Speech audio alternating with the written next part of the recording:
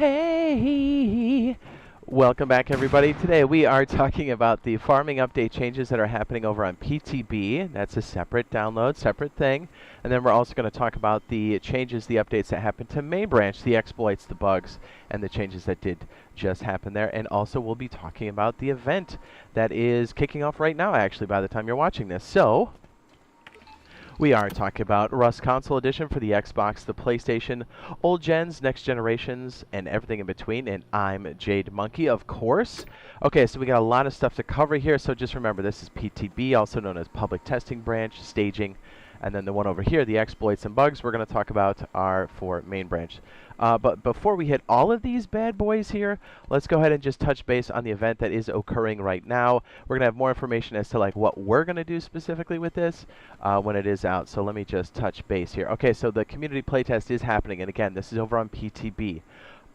You know what? Actually, let's just go ahead and say it. So if you have Deluxe or Ultimate, you can download this. It's called Rust Console Edition Public Testing Branch. Search for it on Microsoft or PlayStation Store. If you have the base version, if you download this, the Rust Dark Camo Combat Pack, or I should say purchase it and then download it, then you can go get the PTB. Just know it's a separate download. Okay, so the community test is happening on PTB, testing or staging. With the imminent release of the public testing branch, we want to test all of the new features. So starting Friday, which should be today, March 31st through April 3rd, which should be Monday, says we'll be hosting a special community event. There'll be 10 playtest servers. So I think you just type in playtest on the search, and you should be able to find it. And again, that's on PTB. Spread across, and what they want us to do is basically just build a bunch of like farming type stuff, and it is PvE rules, which is really cool. So there's no instant crafting, you still have to farm things, and so it's like the entire update, but it's just PvE. So I did go over there and test a little bit. It looks beautiful, by the way, with the terrain changes. So it should be a good way for you guys to kind of get familiar with and just get in there. Again, we'll have more specifics on this. I think this will be a separate video, like when we talk about this and like what we're going to plan on doing with this, because we've done every playtest so far. So it should be a blast, even just in the short amount of time I was in there.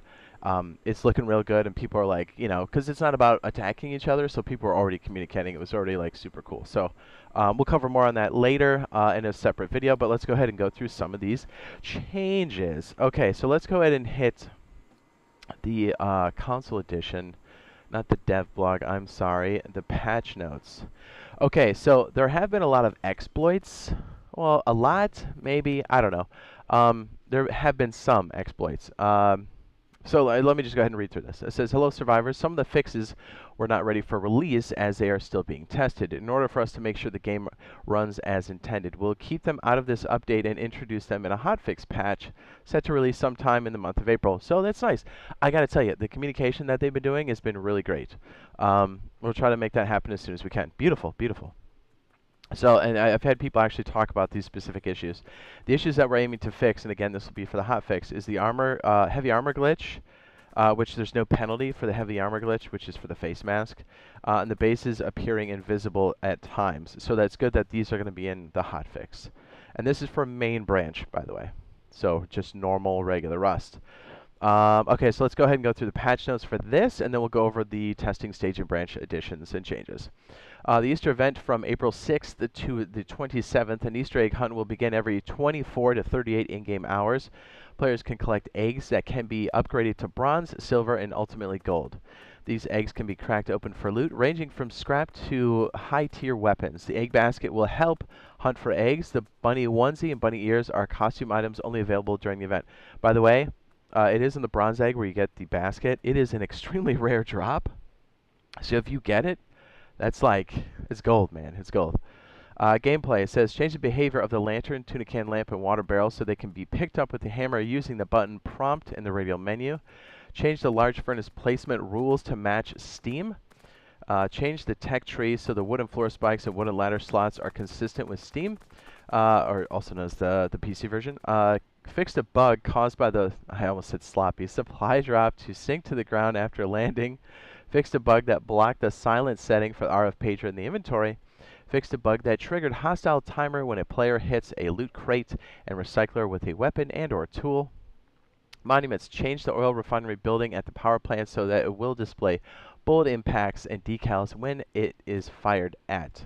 Oh look, it's the heater, automatic heater and lighter right there. What's up? Change the materials of the power plant pipe bends so that they're the correct color.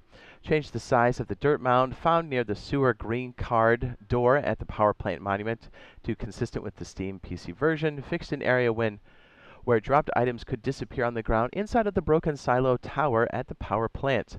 Fixed floating pallets found at the power plant monument. Fixed places in the power plant monument where the player could get stuck climbing in the industrial buildings. That almost happened to us. Fixed the scale of the overpass bridge connecting to 2 buildings in the power plant monuments.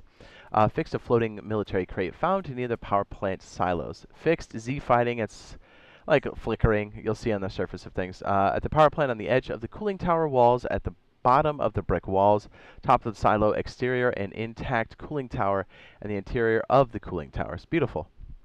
Improved graphics and debris and smokestack rubble, cardboard boxes, and reactor building ladders, and the power plant monument. Improved visuals for electric turbines at monuments to be consistent with the Steam version. Removed test generator, which was clipping through the floor at the airfield office. Oh. Fixed, well, we already kind of know how all that works now, don't we? Because we have power. Fixed input-output boxes of pressure pads so they are not blocked by rugs when using the wire tool.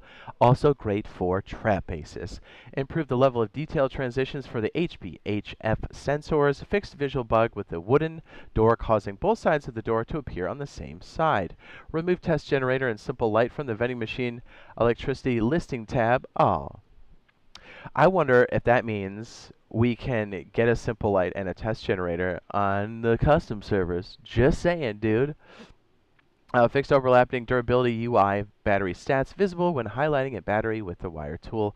Fixed a bug that displays the names of player-owned sleeping bags and beds in steamer mode. Streamer mode? Jeez. Other one says, fixed a bug that could result in a player losing input when the controller is disconnected while loading into the main menu. That's all good. Okay, so that's all main branch. So if you didn't know, farming is out on PTB. That's a big deal. This is going to give you the basic rundown of everything. And again, if you're looking to, like, you're starting like you're playing on PTB, the testing staging branch, and you want to just get ripping, I do have the Rust Farm Setup Guide. I will go ahead and link that video now in the upper right-hand corner. If you want to go check that bad boy out. And I think we'll put this one on the end screen as well at the end of the video here. Okay, so let's go ahead and touch base on the other big piece we have here. Okay, so again, this is for PTB. Just want to make sure we have these out because a lot of people look for these like change logs and stuff. And I gotta tell you, it plays well. It looks great. It will, when you sign into it, it looks amazing. And I feel like the view range is longer. I feel like the terrain is smooth. They're getting ready for horses. Just saying, that's a thing, man. It's so good, and like the farming stuff with all the berries makes it super fun. It feels like a new game, and it feels closer to PC. So anyways, let me just go through these here.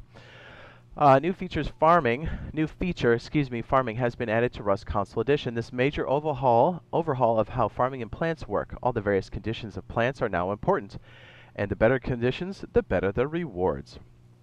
Fixed a bug that let players through player-made structures for a short time after spawning. Fixed a collision issue in the Oxum gas station green card room. Fixed an exploit that let players loot boxes through player-built rooftops.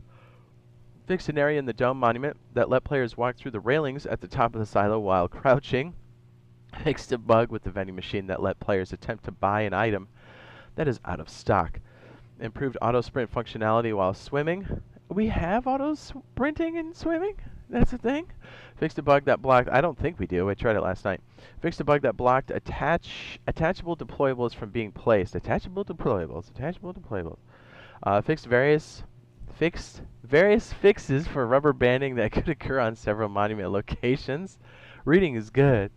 Various fixes for Z fighting at different monument locations. Remove the cold spot in the blue card building at the water treatment plant. Really? Fixed a place at the power plant monument where players could get stuck. Thank you.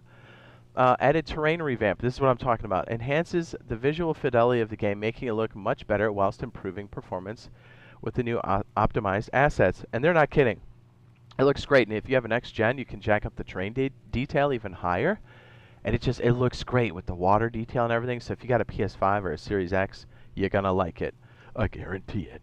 Added places to find horse dung spawn points in the wild and in barrels and can be looted from horses. So they look like little caramels. It's poop, but like, yeah, look for them on the ground. They kind of look like acorns, like glossy acorns for a second. You're like, wait a minute, that's a big acorn. It's poop. So pick them up, and they definitely pop out of barrels too. At first I didn't think so, and we were looting on the water, and my chat was like, hey, that's horse poop. I was like, well, I'll be. And it's good because it turns into money later. Okay. Various graphic updates to improve low resolution on certain items and world artifacts. Remove the ability for ladder hatches to push players through floors of player-built structures. It's definitely an exploit. Fixed a bug that caused players to occasionally glitch and fall through the map. Oh my goodness. Fixed a bug that blocked the silent setting of the RF pager. Yeah, some of these are I guess they moved some of these over to main branch. But anyways. Fixed a bug that auto turret reloading that could occur during the first time the menu is closed. Fixed a bug that could destroy the auto turret when the player places a triangle floor piece above and to the side of it. Thank you. Fixed graphical issues. It just smashed those two words together. With the metal wire and the back of the vending machine. Fixed a bug with multiple grenade launchers that displayed ammunition types even if the player doesn't have access to them. Fixed the RF broadcaster sound effect being too loud. Thank you.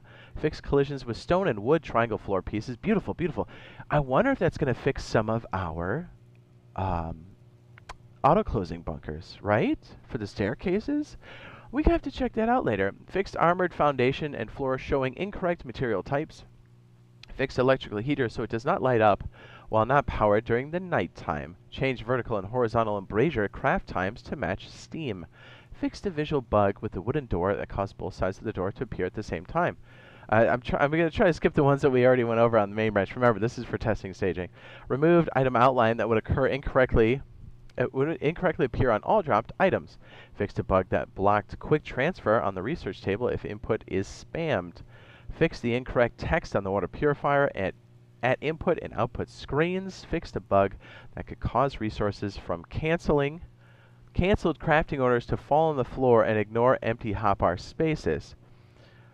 Fixed a crash that could occur when joining a server. Fixed a bug that could result in player losing input when the controller is disconnected. We have that one. And fixed an issue that prevented the Easter event from triggering naturally. Interesting. Okay, so we got a lot of fixes across the board. There's a lot of really exciting stuff happening. I got to tell you, if you haven't had a chance to go over there and try testing Staging Branch, if you have the base model, if you're in the market for the skins and whatever, I'd say go for it. And if you already have Deluxe or Ultimate, dude, just go in there and download it, dude. It's hot. I gotta tell you, it's something. And let's not forget, everybody, that custom servers are going to happen this year. And I have a strong belief that once farming is stable, I think we're going to hear some more about the custom servers. So I'll go ahead and link what we have so far on custom servers now in the upper right-hand corner. And yeah, please join us on that event. Again, we'll have more specific information on that, but that should be a blast. And here's the other thing, just like a quick rundown. If you're already on a server building up, that's cool. Like when we're live streaming, we're going to be visiting other people's servers too to just kind of check things out. We'll be building as well and working with our community during the playtest. I think it'll be a blast. But if you already got something going, just pop in the chat and be like, hey, I'm blah, blah, blah. Go to this server and we'll go check it out. Because I think it'll be a really good time. I think you guys are going to have a blast just exploring this content that's now in the game, the farming stuff.